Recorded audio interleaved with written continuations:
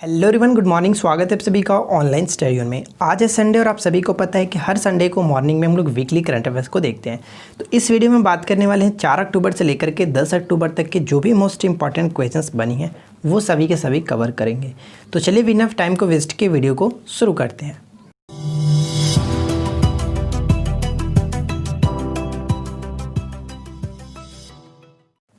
आज के इस वीडियो का फर्स्ट क्वेश्चन ये बनता है कि किस राज्य में लघु एवं सीमांत किसानों के लिए जलकल योजना शुरू की है। जलकल योजना शुरू की गई है। करेक्ट आंसर होगा option number A, Andhra Pradesh की सरकार ने। अब मैं आपको बता दूं कि इसका उद्देश्य क्या है। तो 2.5 से लेकर के 5 एकड़ तक के खेत वाले किसानों को मुफ्त में बोरवेल की सुविधा मुहैया कराई जाएगी। ठीक है, जलकल योजना के तहत ऑप्शन ए करेक्ट आंसर हो जाता है। सेकेंड क्वेश्चन क्या बनता है कि किस देश ने नवंबर 2020 में अंतरिक्ष में दुनिया का पहला क्षुद्रग्रह खनन रोबोट भेजने की घोषणा की है। काफ़ी अच्छा प्रश्न बनता है, बताइए। क्षुद्रग्रह खनन रोबोट भेजने की जो घोषणा की गई है चीन के द्वारा की गई है। ऑप्शन नंबर बी बिल्कुल सही आंसर हो जाता है। बीजिंग कंपनी ओरिजिनल स्पेस ने दुनिया का पहला खनन रोबोट एस्ट्रॉयड माइनिंग रोबोट के नाम से अंतरिक्ष में भेजने की घोषणा की है, जो कि नवंबर 2020 तक। ठीक है, आगे देखते हैं। हाल ही में चर्चा में रहा सितवे बंदरगाह किस देश में स्थित है।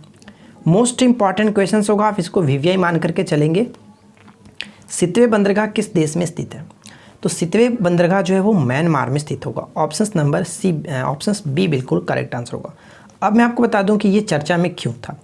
तो देखिए, मैं आपको बता दूं कि किसी दूसरे देश में स्थित ये दूसरा बंदरगाह है जिसका संचालन भारत करेगा। ठीक है, यानी कि सितवे बंदरगाह का संचालन भारत करेगा। ये दूसरा ऐसा बंदरगाह हुआ कि जो किसी दूसरे देश में स्थित है जिसका संचालन भारत करेगा। तो पहला वो कौन सा बंदरगाह था जिसका संचालन भारत ने किया था। ईरान का चाबहार बंदरगाह। ठीक है, ईरान का चाबहार बंदरगाह। क्वेश्चन नंबर 4 देखिए क्या है। हाल ही में चर्चा में रहा हुल हिमालय किस देश में स्थित है। हुल हिमालय किस देश में स्थित है। तो करेक्ट आंसर होगा ऑप्शन नंबर ए, मालदीव में। ध्यान रखेंगे, मालदीव में स्थित है। ठीक है, मालदीव में। अब ये चर्चा में क्यों है इसके बारे में आपको थोड़ा सा बता देता हूँ। जो भारत है, ठीक है, भारत मालदीव के हुल हिमालय में 100 बेड वाला एक कैंसर अस्पताल और इसके साथ ही 12,000 सीट वाला क्रिकेट स्टेडियम का निर्माण करने की घोषणा की है। ठीक है, ऑप्शन ए करेक्ट आंसर होगा। अगला प्रश्न देखते हैं क्या कह रहा है। क्वेश्चन नंबर 5 ये कि हाल ही में समाचारों में देखा गया सौर्य मिसाइल किस प्रकार की मिसाइल है। हाल ही में समाचारों में देखा गया सौर्य मिसाइल किस प्रकार की मिसाइल है। तो इस क्वेश्चन का सही आंसर क्या होगा। ऑप्शन नंबर सी, यानी कि सामरिक ब्लास्टिक मिसाइल। ठीक है, यानी कि थिएटिकल ब्लास्टिक मिसाइल कह सकते हैं।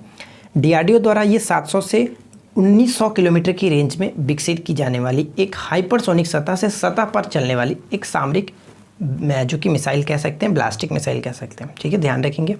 और इसका जो सफलतापूर्वक जो लॉन्चिंग हुआ कहाँ से हुआ, तो 3 अक्टूबर 2020 को उड़ीसा के बालासोर से। ये आप याद रखेंगे, उड़ीसा के बालासोर से। ठीक है, चलिए आगे बढ़ते हैं और देखिए नेक्स्ट क्वेश्चन क्या दिया गया। किस राज्य सरकार ने राज्य में सड़कों की मरम्मत के लिए पथश्री अभियान शुरू की है। तो बताइए कि पथश्री अभियान जो शुरू की गई है वो किस राज्य सरकार के द्वारा राज्य में सड़कों की मरम्मत के लिए शुरू की गई है। तो right answer will be option D, Paschim Bengal. West Bengal is the correct answer. Option D will be right answer. ठीक है, आगे बढ़ते हैं। नेक्स्ट क्वेश्चन है कि स्वच्छ भारत 2020 पुरस्कारों के संबंध में किस राज्य ने राज्य स्तर पर स्वच्छ सुंदर सामुदायिक वर्ग के तहत प्रथम पुरस्कार जीता है। तो क्या होगा क्वेश्चन का सही आंसर। तो करेक्ट आंसर होगा ऑप्शन नंबर बी, यानी कि गुजरात। ठीक है, ऑप्शन बी बिल्कुल सही आंसर है, गुजरात। देखिए नेक्स्ट क्वेश्चन में क्या कह रहा है कि बोंगो सागर भारत और किस देश के बीच आयोजित नौसेना अभ्यास का नाम है। मोस्ट इंपॉर्टेंट क्वेश्चंस की बोंगो सागर भारत और किस देश के बीच आयोजित होने वाला नौसेना अभ्यास है। तो इस क्वेश्चन का सही आंसर होगा ऑप्शन नंबर ए। ठीक है, Bangladesh. Option A will be correct answer. अच्छा, एक संप्रीति भी होता है बांग्लादेश के साथ, उसको भी आप याद रखेंगे, संप्रीति। नेक्स्ट प्रश्न देखिए क्या कह रहा है। जनजातीय स्वास्थ्य सेवा के लिए प्राकृतिक चिकित्सा परियोजना का उद्घाटन किस शहर में किया गया है। जनजातीय स्वास्थ्य सेवा के लिए प्राकृतिक चिकित्सा परियोजना का उद्घाटन किस शहर में किया गया। तो right answer will be option C, Pune. ठीक है, पुणे बिल्कुल सही आंसर होगा। आदिवासी युवाओं के रोजगार और स्वास्थ्य पर ध्यान केंद्रित करने वाली एक प्रशिक्षण इकाई प्रदान की जाएगी इसके तहत। ठीक है, ये आप याद रखेंगे। अगला पॉइंट देखिए, one of the most important question ये बन सकता है कि धौला सिद्ध जल विद्युत परियोजना का निर्माण किस नदी पर किया जाएगा। धौला सिद्ध जल विद्युत परियोजना, ठीक है, आने वाले एग्जाम्स के लिए सुपर डुपर ये क्वेश्चन होगा, आप इसको याद रखेंगे। तो धौला सिद्ध जल विद्युत परियोजना जो है वो व्यास नदी पर बनाया जाएगा। ऑप्शन बी बिल्कुल सही आंसर है, व्यास नदी पर हिमाचल प्रदेश के हिमीरपुर में, ठीक है, हिमीरपुर में। और ये कितना मेगावाट, तो 66 मेगावाट, ठीक है, 66 मेगावाट की एक प्रस्तावित परियोजना है जो कि व्यास नदी पर हिमाचल प्रदेश में बनाया जाएगा। अगला प्रश्न देखिए क्या कह रहा है कि भारत में राष्ट्रीय वन्यजीव सप्ताह कब मनाया जाता है। भारत में राष्ट्रीय वन्यजीव सप्ताह कब मनाया जाता है। तो ये प्रत्येक वर्ष जो कि 2 से 8 अक्टूबर को मनाया जाता है। ऑप्शन सी बिल्कुल सही आंसर है। और इसको मनाने की स्टार्टिंग जो की गई थी 1954 से स्टार्ट की गई थी। क्लियर, आगे बढ़ते हैं। देखिए नेक्स्ट क्वेश्चन में क्या कह रहा है कि भारत और किस देश ने हिंद महासागर क्षेत्र के लिए समुद्री निगरानी उपग्रहों का एक समूह लॉन्च करेंगे। भारत और कौन सा देश हिंद महासागर क्षेत्र में समुद्री निगरानी के लिए उपग्रहों का एक समूह लॉन्च करेंगे। तो करेक्ट आंसर होगा ऑप्शन नंबर ए, यानी कि फ्रांस। फ्रांस बिल्कुल सही आंसर होगा। संयुक्त रूप से प्रक्षेपित किया जाने वाला जो उपग्रह का समूह होगा, जहाज़ों से होने वाले तेल की अवैध जो रिसाव है उसका पता लगाने के लिए ये सक्षम होगा, ठीक है। तो ऑप्शन ए बिल्कुल सही आंसर है और काफ़ी अच्छा प्रश्न ये बन सकता है। आगे बढ़ते हैं। किस राज्य सरकार ने ग्रामीण इलाकों के लिए डिजिटल सेवा सेतु कार्यक्रम की घोषणा की है। डिजिटल सेवा सेतु कार्यक्रम की घोषणा जो की गई है वो गुजरात के द्वारा की गई है। ऑप्शन ए बिल्कुल सही आंसर होगा। गुजरात के गांवों को डिजिटल सेवा सेतु कार्यक्रम के तहत 100 Mbps, ठीक है, 100 Mbps ऑप्टिकल फाइबर नेटवर्क से जोड़ा जाएगा। ऑप्शन ए बिल्कुल सही आंसर है, याद रखिएगा। 2020 के भौतिकी के नोबेल पुरस्कार से निम्नलिखित में से किन व्यक्तियों को सम्मानित किया गया। फिजिक्स का जो नोबेल प्राइज़ 2020 दिया गया वो किन लोगों को दिया गया, तो उपरोक्त सभी। ऑप्शन डी बिल्कुल सही आंसर होगा।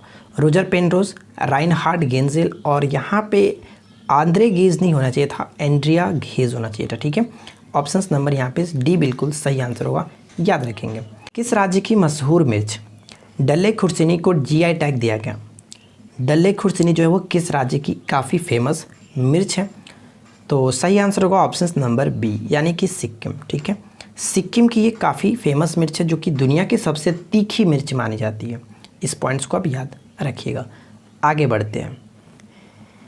IACC ग्लोबल लीडरशिप अवार्ड के तहत किसे लाइफ टाइम अचीवमेंट अवार्ड से सम्मानित किया गया। काफ़ी अच्छा ये प्रश्न बन सकता है, तो बताइए।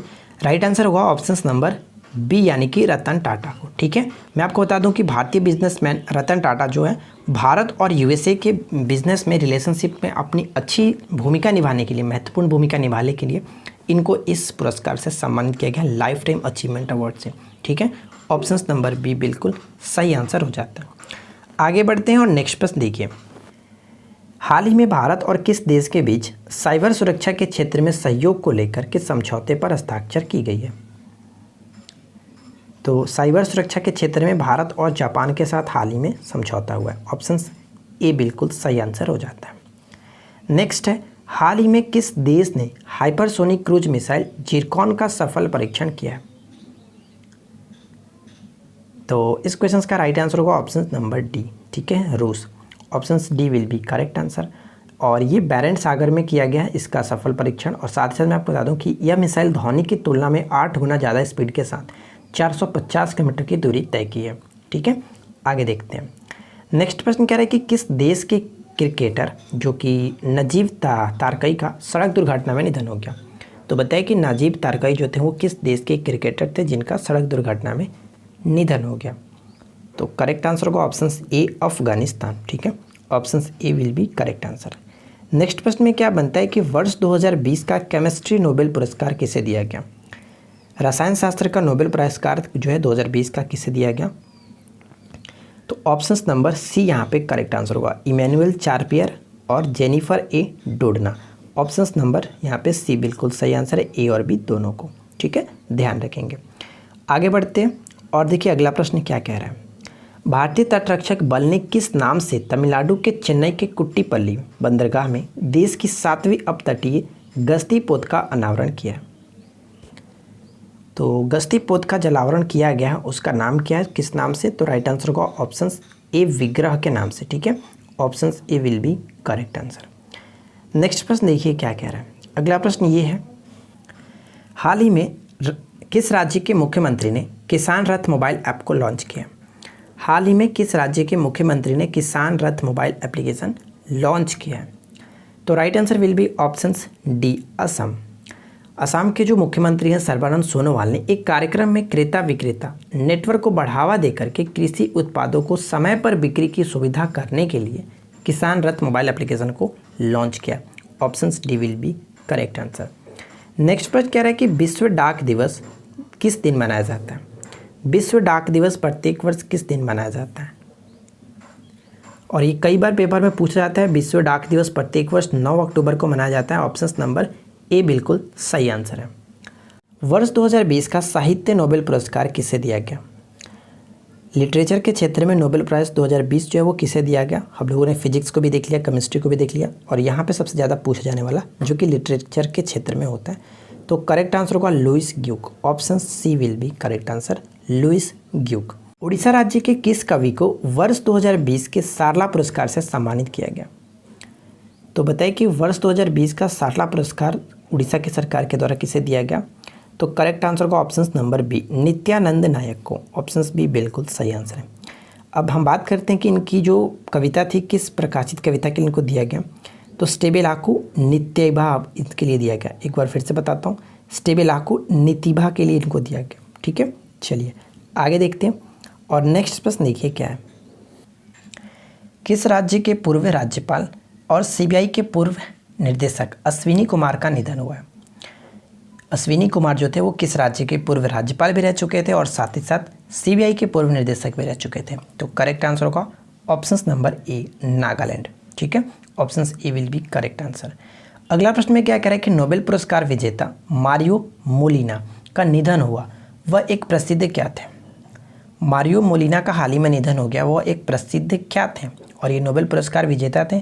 तो करेक्ट आंसर होगा एक साइंटिस्ट थे, वैज्ञानिक थे। ऑप्शन नंबर बी बिल्कुल सही आंसर है। उन्होंने ओजोन परत के जो भी हुए नुकसान हुआ है उसके बारे में 1970 में इन्होंने शोध किया था, और इसी शोध के लिए 1995 में इनको केमिस्ट्री का नोबेल प्राइज़ दिया गया था। आगे देखते हैं। अगला प्रश्न ये कह रहा है कि युद्ध सेवा मेडल पाने वाली पहली महिला कौन बनी है? युद्ध सेवा मेडल पाने वाली पहली महिला कौन बनी है? तो करेक्ट आंसर होगा Minty Agarwal. Option C correct answer है, मिंटी अग्रवाल। वायुसेना दिवस के अवसर पर यानी 8 अक्टूबर के दिन अंबाला की मिंटी अग्रवाल को इस पुरस्कार से सम्मानित किया गया, युद्ध सेवा मेडल से।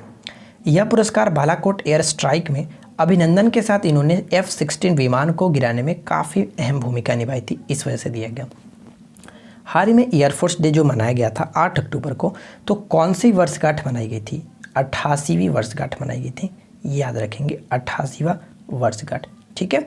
चलिए नेक्स्ट देखिए। अगला प्रश्न कह रहा है कि उत्तर प्रदेश के किस शहर में देश का सबसे बड़ा ऑक्सीजन उत्पादन संयंत्र का उद्घाटन किया गया?